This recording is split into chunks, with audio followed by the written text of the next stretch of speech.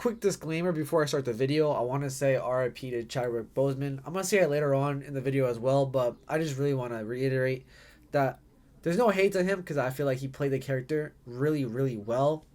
Unfortunately, though, he was just given a script that I just thought wasn't really that good. But once again, RIP to Chadwick Boseman. Also, I apologize for the weird stuff you're going to see on the screen. I had to alter it just so this video could actually stay on YouTube. As well as me showing gameplay on the screen for bits and pieces of this video. I had to put that there just so this video wouldn't get blocked. But with that being said, let's just get on with the video. Today, I am introducing a new segment to my streams, bro. A new segment that I want to do quite frequently. As y'all know, I go to school for editing and shit. I like movies. I've been watching a lot of movies lately. You know what I mean? I want to title this Invading Movies. And the reason why I'm calling it that is because, you know, we're invading into a lot of these other movies, and I'm going to tell you all my thoughts on them. It's pretty basic, pretty chill. But sometimes I'm gonna start ranting on certain things that I believe you gotta do with certain movies.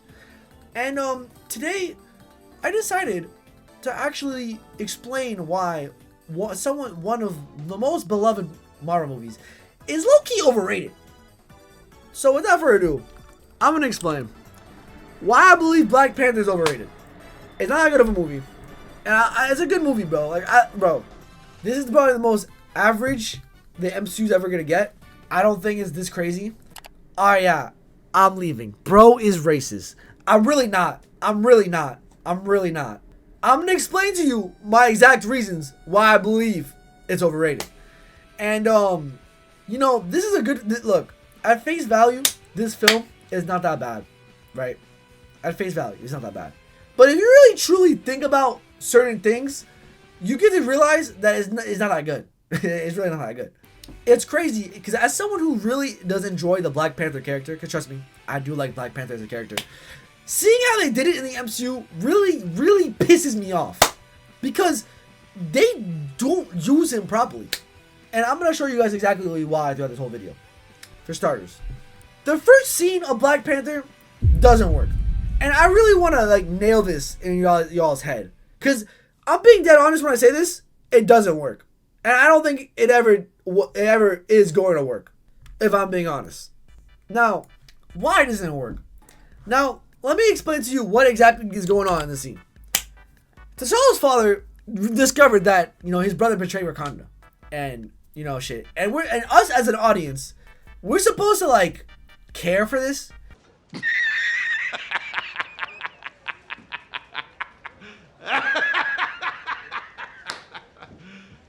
You serious? I'm gonna be honest, I give two shits about this because up to this point, keep in mind, this is the beginning of the movie, we don't know anything about Wakanda.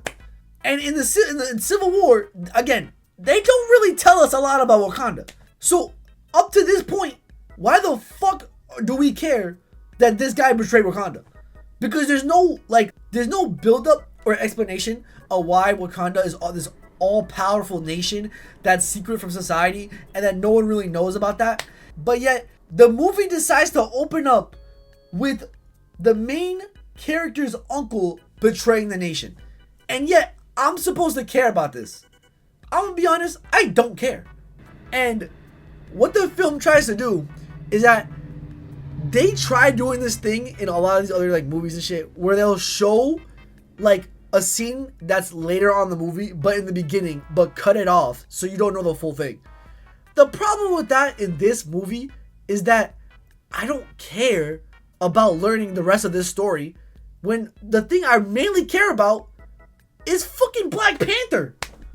This movie tries so hard to focus as Wakanda as a nation, but as I'll explain to you guys later, they barely show anything about Wakanda.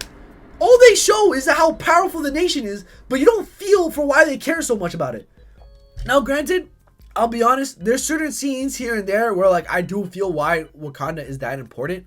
But if we're talking about strictly in the beginning of the movie, I barely feel that, gang. I'll be honest, I barely feel that. Sorry, I don't fully understand, sir. How did you feel? I didn't feel anything. And honestly, while I was editing this video, I thought I could explain it a bit better. And what I truly mean by this is that Wakanda's whole sacredness is because of the vibranium. And in the first few minutes of the movie, they barely tell us why vibranium is so important from the outside world. Yeah, I understand they gave us like a whole backstory behind it, but I want to see it, bro. I don't want to be told it. I want to see it, so I feel the real impact on why it's bad if someone gets hold of this ancient metal. But I'm gonna let Past George continue the video. Personally, I would rather see the film start off with Black Panther dealing with the loss of his father, because in Civil War, that's what they tried doing, and yet this guy is supposed to be the king of Wakanda, quite literally, but yet he doesn't feel any remorse for his dad. He barely does throughout the whole movie. There's like 3 scenes where he feels like guilty and shit. Like, come on, bro. I feel like it makes more sense for the start of the movie with him dealing with the loss of his father. Keep in mind, he just lost his dad in the last film, and this will make us really sympathize with the character, and especially with the fact that he's put up to be the next king, and yet we don't get any of that.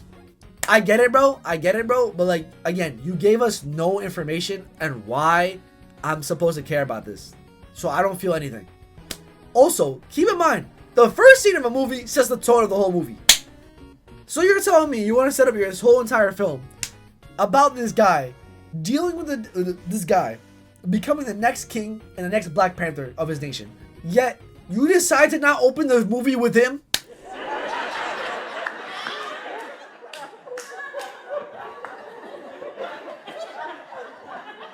I'm so damn confused. Now, my next point. Black Panther in these movies, in this movie particularly, he has no character. Now, before I really delve into this, I want to say a few things. One, R.I.P. Chadwick Boseman. I truly believe he killed his role as a character. I think he really acted as Black Panther really, really well.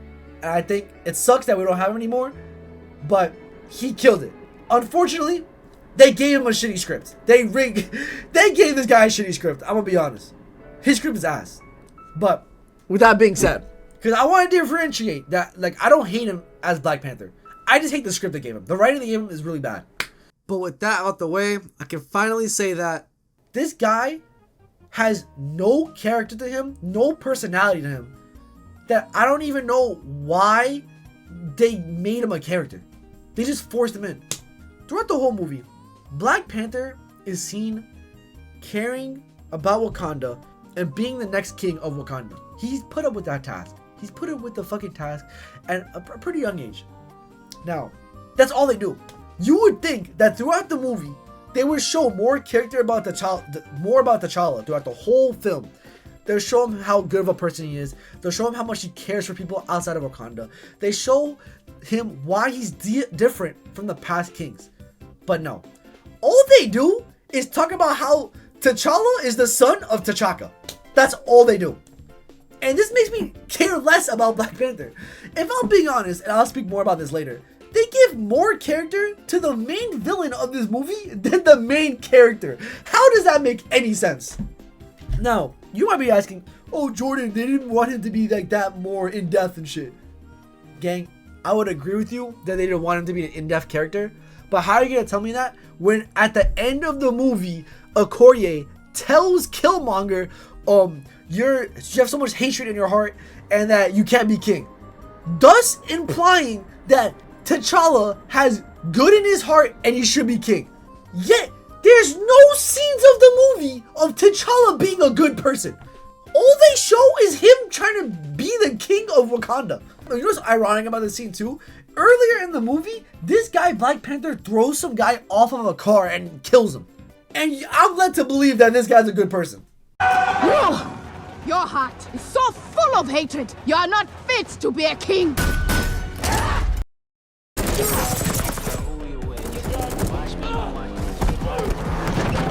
Hey, what was that? Don't worry about it. You're doing great.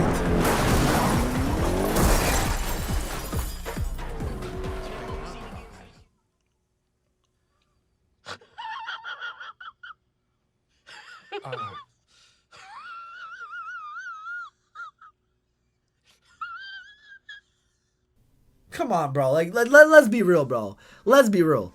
Like, you know what I mean? This is just dumb because if they really were going to show how good of a person of a Black Panther is and why he deserves to be king over Killmonger, they would have done that throughout the whole narrative. Instead, all they show is that he's loyal to his country. Bro, I get it, bro. You're loyal to your country. I get it. I love that about you. That's one of my favorite aspects about Black Panther.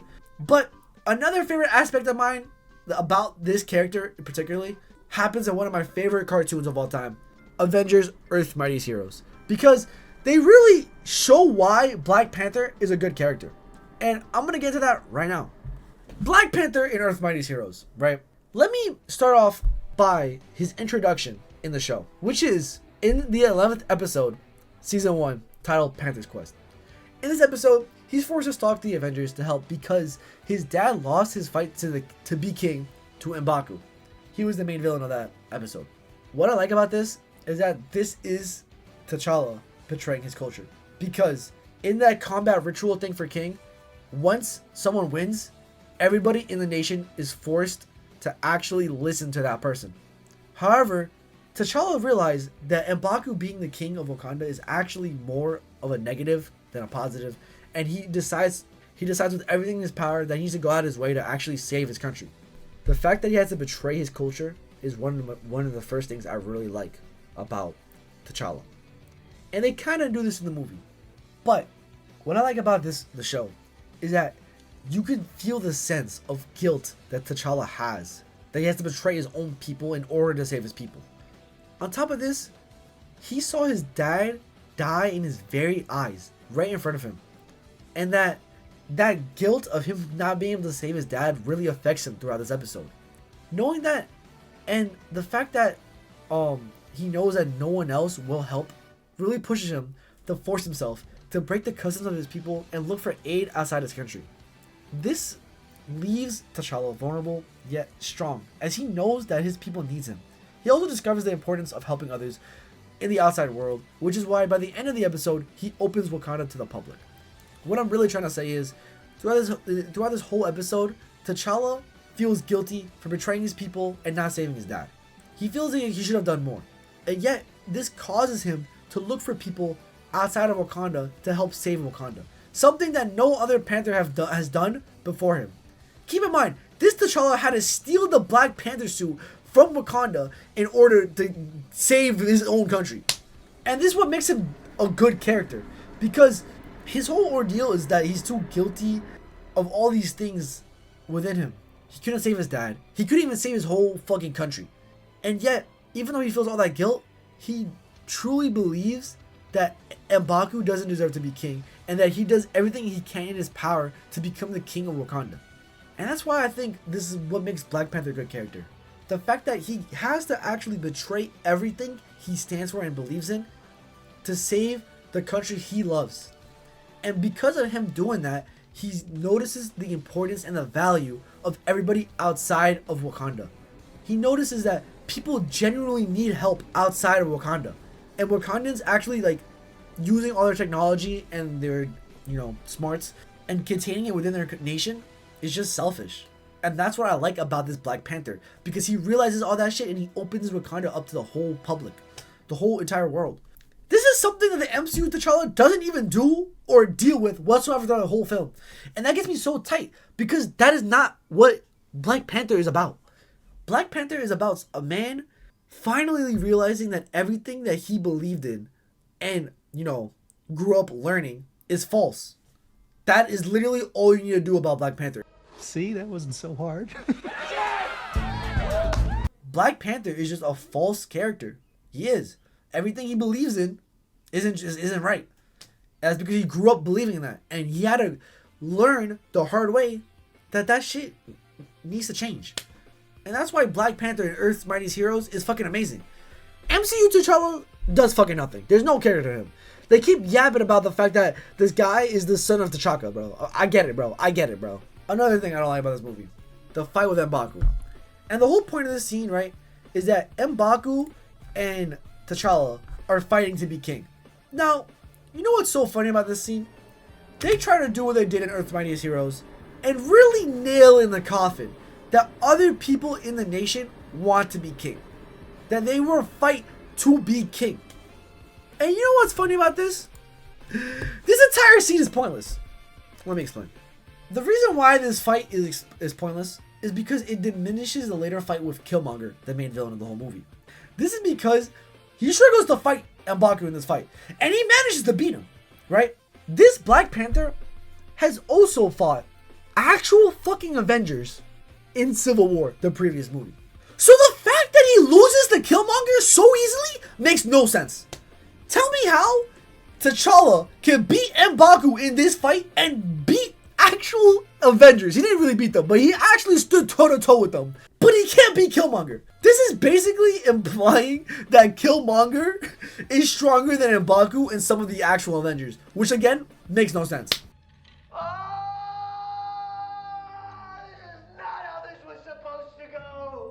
And for those of you in the back that says, oh, but the point of this scene was to show how stronger Killmonger is to M'Baku, I can easily fix that problem for you.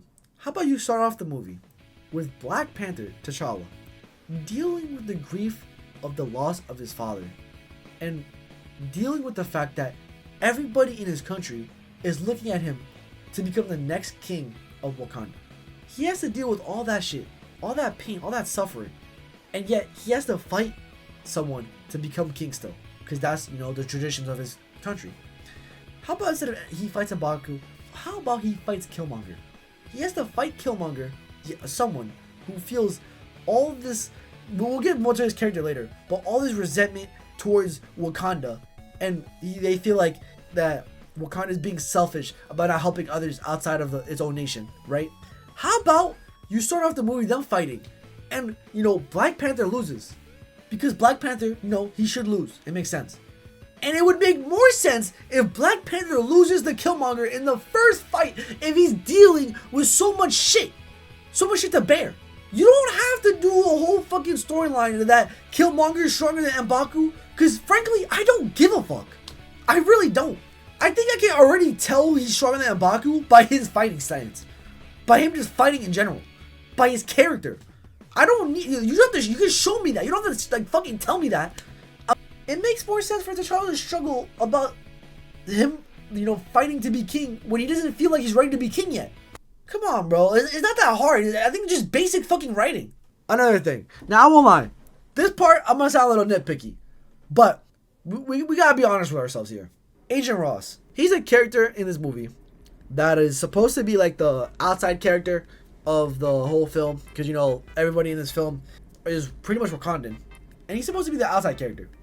Now, I appreciate them trying to add someone outside of Wakanda, going into Wakanda and shit. That's fire. But he just feels forced in this movie just because he was in Civil War.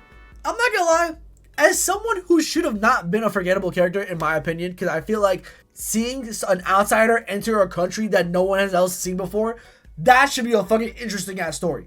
But it's not. He's so forgettable that I honestly, truly believe that if y'all were looking at these clips on the screen right now, y'all would have no idea who I'm talking about. Because he barely does anything in the movie. He just tags along with the heroes because why not? We need someone that's not in Wakanda to be in the movie. That's his whole purpose of this film. It's annoying. And oh my god, the part that annoys me so much about this guy, oh my god, is that they actually try to put us in his shoes as someone who's new to this country, as someone who's an outsider that has never seen that country before.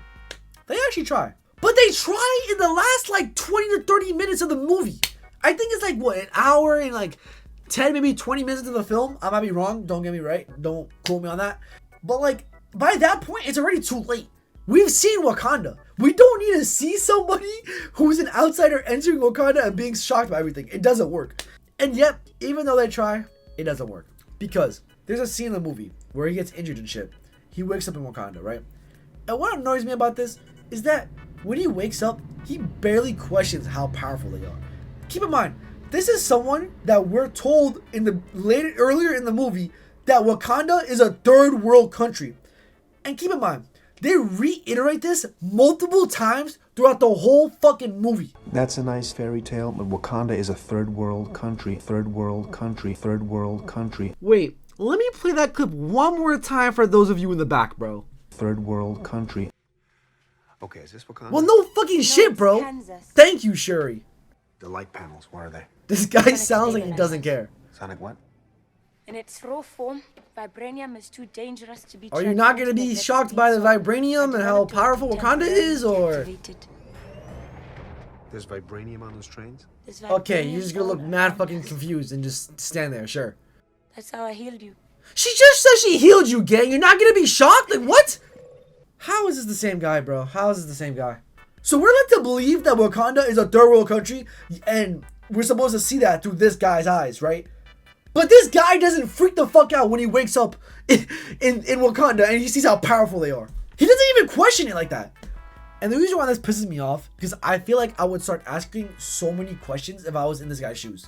If people told me that, I don't know, Egypt is a third world country, I go to Egypt and I see them having fucking like flying cars, actually have superheroes flying over the place, I would be like, what the fuck is going on? I would go around asking so many questions, freaking the fuck out. But like, the way they write this guy is that they make it seem like he's calm and collective, but like, I just don't feel like that's natural for this scene, especially since this is one of the first people in the entirety of the MCU to be in Wakanda and not be Wakandan. Like, come on, bro. Like, I just feel like this part is so unnatural because they clearly tell you that people in the MCU, they think that Wakandans are weak and they're a third world country and they're like a starving nation, and yet they're not. And no one else in this movie seems shocked by this, and that really like takes me out the movie. Like, I don't feel the shock value from the scene, bro. I really don't. I get what they were trying to do with him being quiet and collective and confused, but I'm promise you, it doesn't work.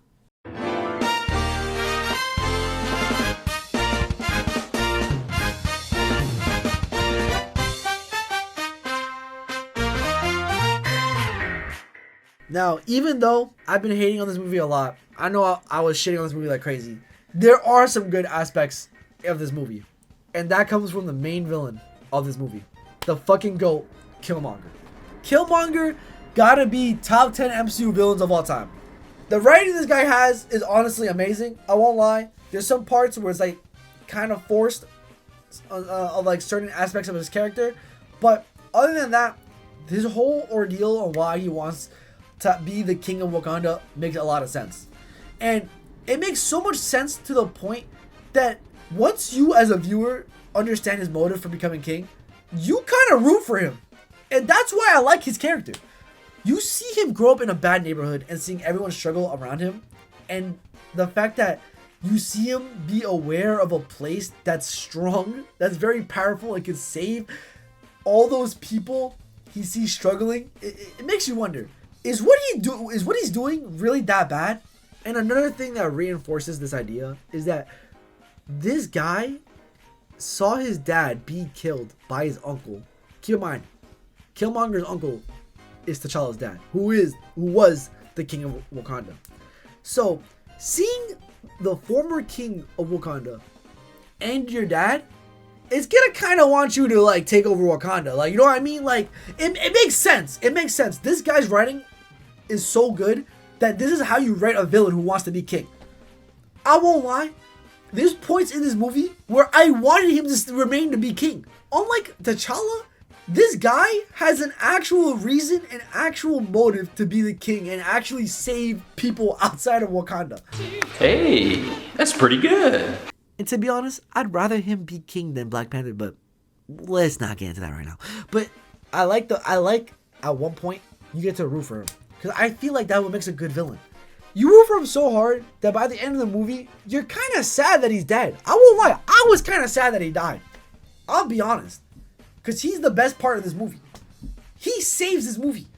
And not to mention, bro, Michael B. Jordan Stell's performance on this character. He sold this guy so perfectly, bro. He killed it as Killmonger. It's so crazy that, like, they even bring him back for the sequel to be, like Shuri's, like, I think, like, that ancient ghost thing. And that's how you know you made a good character. That's how you fucking know you made a good character. If he is so good that people want him back, and he came back for the next movie, that's a really good character, bro.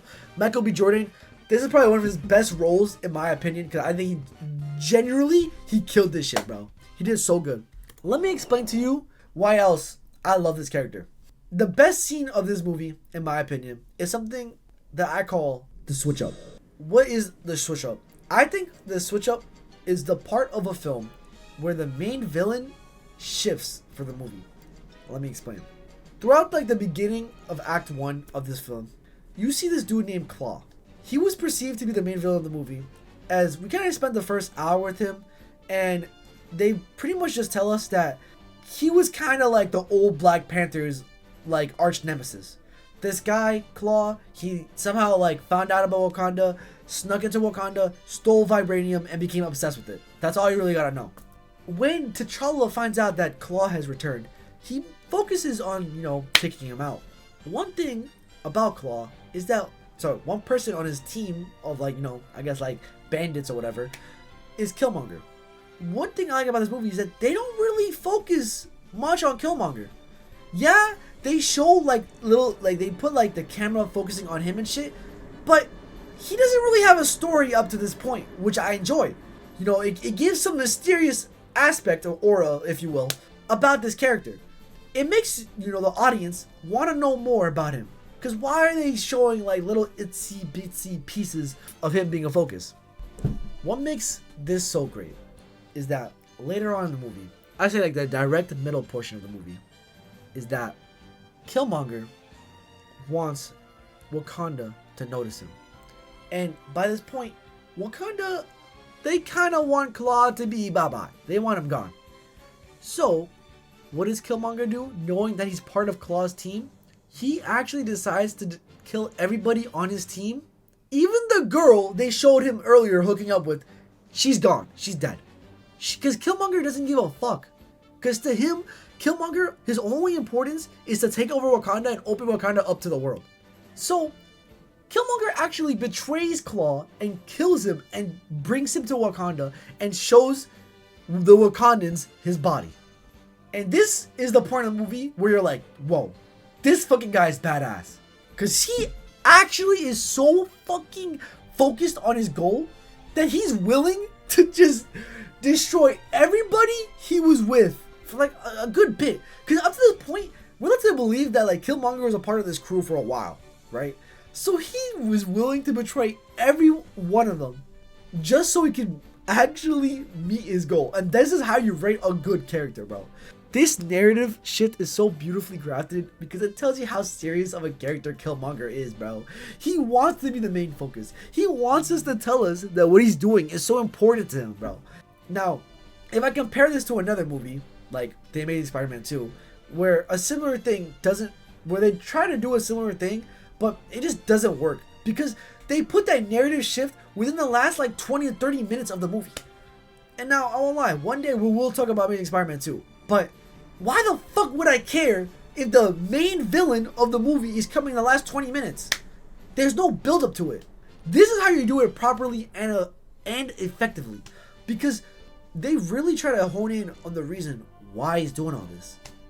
And they show that he's willing to risk it all just to do what he wants to do. And this is what makes him a fucking goated ass character, bro. And this is why this is my favorite scene. Because this is the scene where it really nails in the coffin that Killmonger is willing to risk it all just to meet his goals. And this is why I love him as a villain, bro. This is pretty much the end of the video, bro. Overall, I think this movie is below average. It's only really good for action. You could probably guess the whole plot as you're watching it, and I could honestly delve more into that, but I chose not to because I would be here all day. The main character is so bland to the point that you really ask yourself, why did they make this a movie? I'm being honest, I can't name you one thing that T'Challa is as a character besides the fact that he's the son of T'Chaka. And I hope I really got that, engraved that into y'all's heads off of this fucking review, I guess. I'd give this movie a 5 out of 10. It's nothing crazy. It's average. The only reason why it gets boosted up to a 5 is because of Killmonger. If Killmonger was in the movie, I'd give it a 2 out of 10. I'll be honest. I really like the cultural impact this movie had because this was one of the first movies that had a whole African American cast and shit, especially for superheroes. I'm really glad for its impact on superhero movies or just movies as a whole. But the story just didn't cut it for me, unfortunately, bro. And that's why I think it's a 5 out of 10, bro. Like, it's just not that crazy. It's an alright movie. Would I recommend you to watch this? Yeah, but don't expect much. And that's all I really have for you guys today. I think this movie is just alright. It's chill and it's cool. So, yeah, see ya.